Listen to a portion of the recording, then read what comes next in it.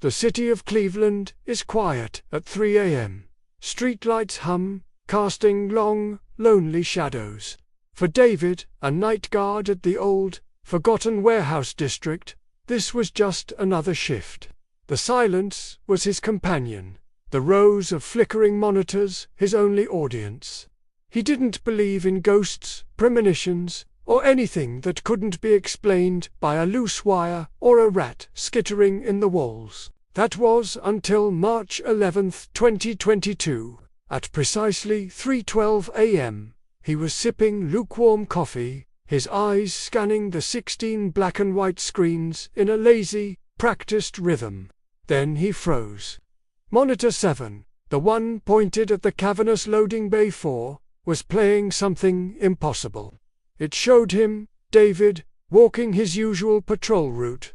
But the time stamp was wrong. It read, March 12th, tomorrow. He leaned closer, his heart starting to thud against his ribs. On the screen, he watched his future self stop, turn as if hearing a sound, and then a shadowy figure lunged from behind a stack of crates. The on-screen David fell, and a feed cut to static. David's blood ran cold. A prank, it had to be. Some tech-savvy kid hacking the system. He rewound the footage. It was gone. The feed for loading bay 4 was live again, showing the empty, silent space. He shook his head, blaming fatigue. He must have imagined it. He spent the rest of his shift on edge, jumping at every creak and groan of the old building, his eyes darting back to Monitor 7. But nothing else happened. He clocked out as the sun rose, feeling foolish, convincing himself it was a waking dream. The next night, he returned to work with a sense of dread he couldn't shake. The hours crawled by. As the clock on his phone neared 3:12 a.m., his hands grew clammy. He found himself staring at Monitor 7, his breath held tight in his chest. And then, it happened again. The time stamp flipped to March 13th. His future self was on screen. But this time, he was cautiously checking behind the crates, where the figure had appeared before. He seemed to be ready. But, as he turned back, a heavy chain from an overhead winch snapped and swung down, striking him. The screen went to static. Panic clawed at his throat. This wasn't a prank. This was real. 2 nights in a row, the camera showed him a vision of his own death. Each one different, each one set for the following night. The warehouse, once a place of boring routine, now felt like a tomb waiting to be sealed. He felt a chilling certainty. The camera wasn't just recording the past. It was predicting his future, a future that ended in this very building. He tried to fight it. He spent his days in a blur of anxiety, researching old security systems, paranormal events, anything that could explain what was happening. He told his friend, Mark, who laughed it off. "You're working too many night shifts, man. You're seeing things." No one would believe him. He was alone with this terrifying knowledge. Night after night, the ritual continued. 3:12 a.m. The time stamp would jump forward a day. A new, horrific death would play out on Monitor 7. One night, a fire. The next, a collapsing shelf. It was like some malevolent force was toying with him, showing him all the ways his life could end in this God-forsaken place. The fear was relentless, but a strange, grim curiosity also took hold. He had to see what came next. He started to feel like a character in a story he couldn't stop reading, even though he knew the ending was tragic. He tried to change the outcome. If the video showed him falling from a ladder, he'd spend the next night avoiding all ladders. But the premonition would just shift. The camera seemed to adapt, presenting a new, inescapable fate. He was trapped in a deadly loop with a machine that knew his destiny.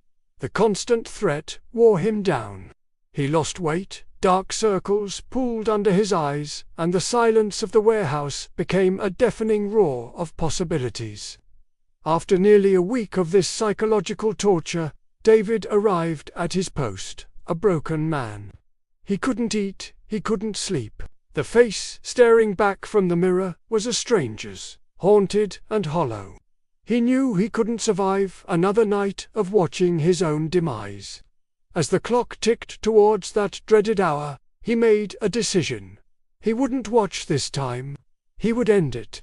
He walked through the silent halls, his footsteps echoing like a death knell, until he stood before the camera in loading bay 4. It was just a simple, dome-shaped device, mounted high on a concrete wall, an inanimate object that held his life in its lens.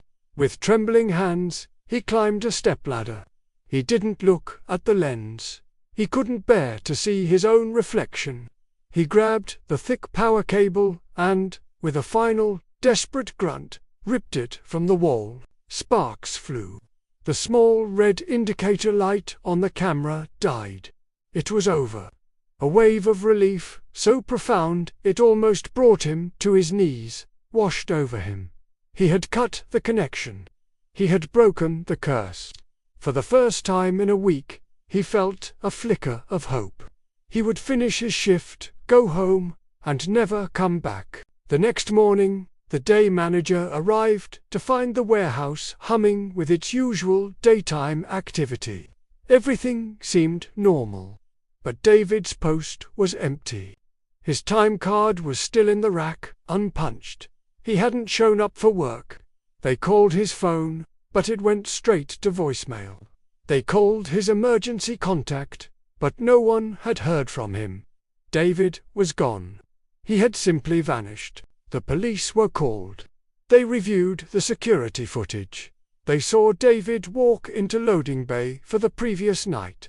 They saw him climb a ladder and tear the camera's cable from the wall. And then, nothing. The feed from that camera was dead. He was never seen leaving the warehouse.